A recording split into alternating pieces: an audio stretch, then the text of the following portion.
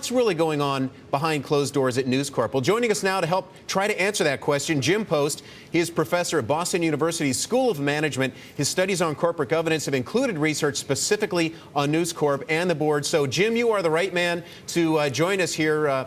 And we just have to ask you, who are the key people right now on the board that are part of this ongoing and very behind closed doors process?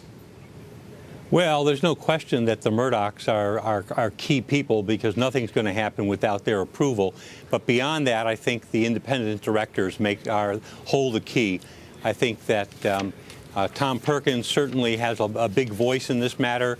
And I think Viet Din, who is also a member of the independent member of the board, has a big voice in this matter as well.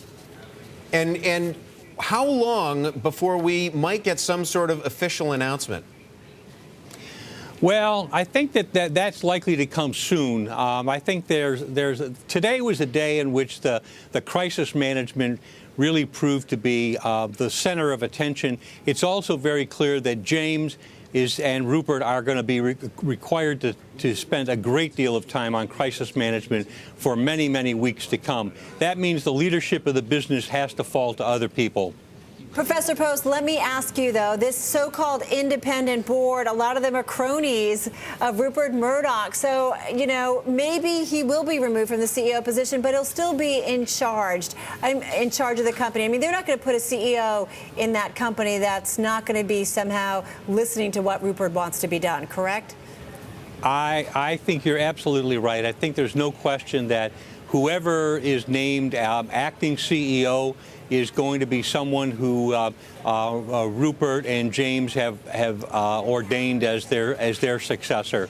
No question about that. Let me ask you about Joel Klein, because, you know, as we were watching the testimony today, we couldn't help but see Joel Klein behind James Murdoch. He didn't look too happy to be there, but maybe I'm reading into it. What about Joel Klein? Because you say he is a very key member of that board. Joel Klein is a very key member of the board. He is an insider technically, but because of his position as vice president. But it's also very clear that he's one of the few people who really knows how to live in both the public sector as well as in the private sector. His experience as chancellor of the New York City school system gave him a lot of political skills, and clearly he is one of the quarterbacks on the current crisis management. Now, Professor Post, as we're watching the testimony today, we were all talking here in the newsroom that you couldn't help but notice that Rupert Murdoch himself just couldn't seem to answer so many of the questions. So, corporate governance, Rupert Murdoch, I don't know. The two almost don't seem to work together. Resolve that for us.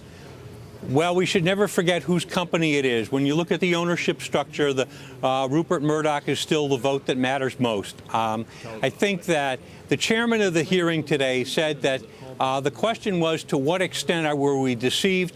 I think we learned that not only was the Parliament deceived, but also that Mr. Murdoch was deceived through his own actions or perhaps through the actions of others. Hey, Professor Post, 5 seconds here. Do you think the members of the board have to go? And I do need you to be quick. That's going to be a long process, but the answer is yes. We're going to leave it there. Professor James Post of Boston University, thank you so much. We appreciate it.